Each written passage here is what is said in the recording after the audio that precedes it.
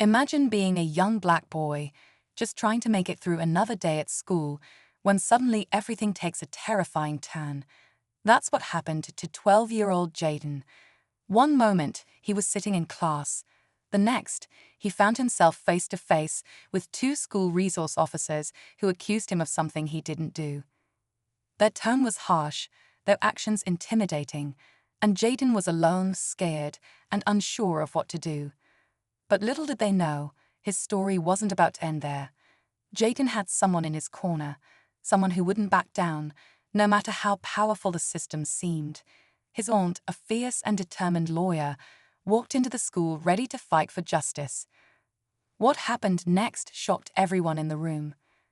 Stick around as we unravel the events that followed and the powerful lesson they left behind. You won't want to miss this. Jaden's hands were shaking as the officers questioned him, their voices stern and their eyes cold. He didn't understand why they were treating him this way. He was just a kid. The accusations they threw at him didn't even make sense, but no matter what he said, they weren't listening.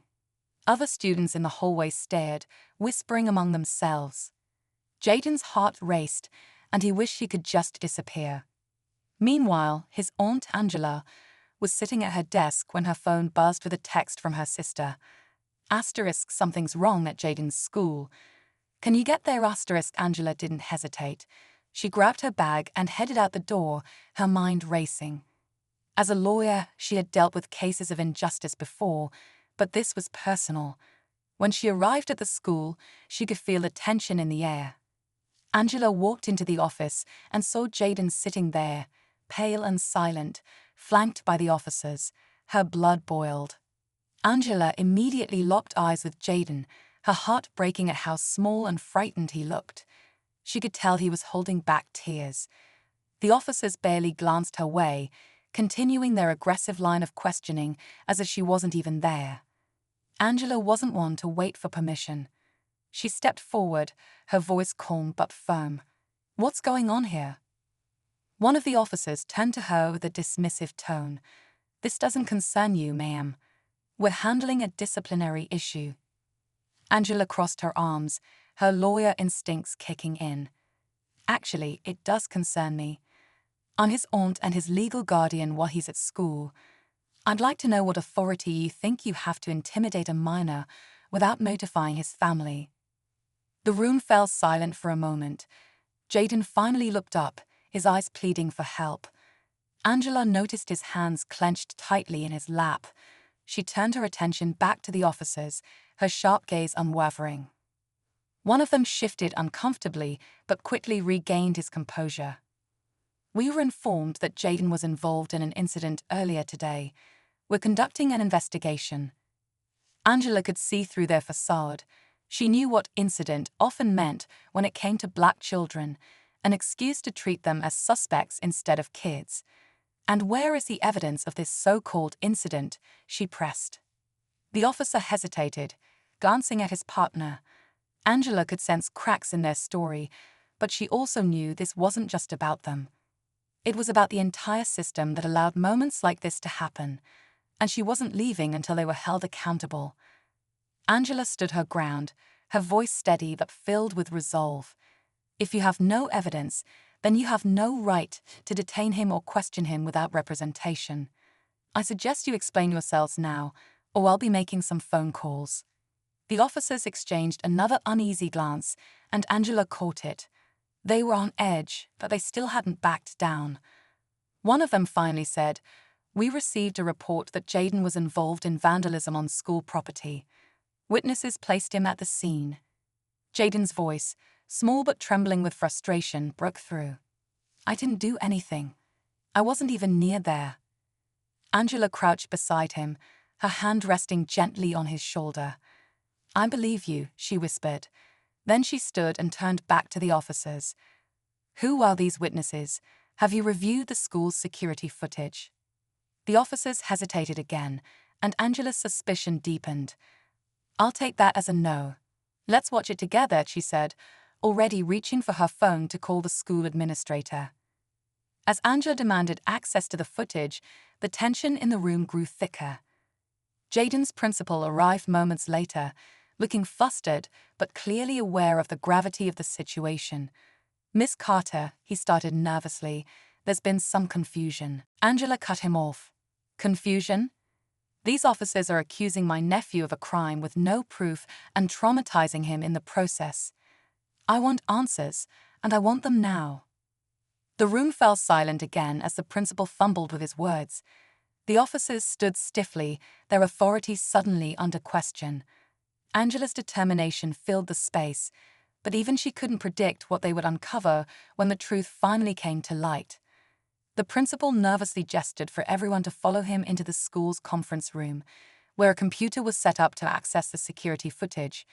Jayden stayed close to Angela, his small hand clutching hers as they walked. The tension was palpable, every step echoing the uncertainty hanging in the air.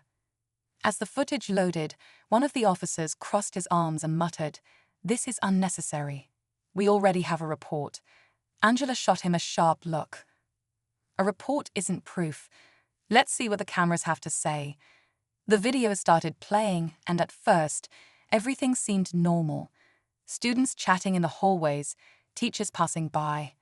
Then they spotted a group of boys near the vandalized area. Angela leaned forward, her heart pounding. But none of the boys were Jayden. Instead, one of the figures looked startlingly familiar. It was the son of a school board member. Angela's eyes narrowed. She could see how the blame had been conveniently shifted away from someone with connections to a vulnerable kid like Jayden. "Pause that," she said firmly. The principal hesitated but obeyed. Angela pointed at the screen. "That's not Jayden. Care to explain this?" The officers exchanged uneasy glances, but before they could respond, the principal's phone buzzed on the table. He picked it up, his face going pale as he read the message. Angela caught the shift in his demeanor instantly. "What is it?" she demanded. The principal hesitated, looking trapped. "It seems there's been a misunderstanding," he finally said. Angela's patience snapped. "A misunderstanding? My nephew has been humiliated and terrorized over something he didn't do. And now you're telling me it's a misunderstanding." The officers shifted uncomfortably, but Angela wasn't finished. She leaned in, her voice low but seething with fury. "I want to know who gave you this false report, and I want to know why Jayden was targeted, because this isn't over." The room fell into an uneasy silence as the principal stammered. "The report came from one of the boys in the video." Angela's eyes narrowed. "Let me guess," she said, her voice cutting through the tension like a knife. "The boy who happens to have a parent on the school board." The principal flinched, confirming her suspicions without a word. Angela turned to the officers, her anger simmering. "So, you took a single statement from someone clearly trying to cover their tracks and decided to intimidate a child without even verifying the facts." One of the officers opened his mouth to respond, but before he could, a voice came from the doorway. "Excuse me." Everyone turned to see a woman standing there, well-dressed, confident, and visibly concerned. It was the school board member herself. She stepped forward, her gaze falling on the frozen security footage. "That's my son," she said quietly. The room tensed as everyone waited for her next words. "And I'll make this right." Angela was taken aback, but she didn't let her guard down. "You're admitting your son was involved?" she asked carefully. The woman nodded. "Yes, and I had no idea he tried to shift the blame. I'll ensure he faces the consequences." She paused, looking directly at the officers. "And you too. You owe this boy and his family an apology." The officers shifted uncomfortably before muttering a half-hearted apology to Jayden, who still clung to Angela's side. But Angela wasn't satisfied yet. "It's not just about an apology," she said, her voice strong. "This system let this happen, and it needs to change. No child should have to go through this." The school board member nodded solemnly. "You're absolutely right.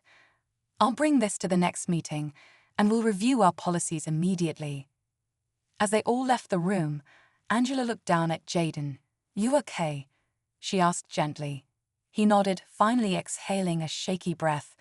But just as they stepped outside, Angela's phone buzzed. A message popped up from a parent she didn't recognize. Asterisk, thank you for standing up. You're not the first family this has happened to. Asterisk. Angela froze, her heart racing. This wasn't just about Jayden. It was bigger than she had imagined. And this fight was far from over. As Angela read the message, a mix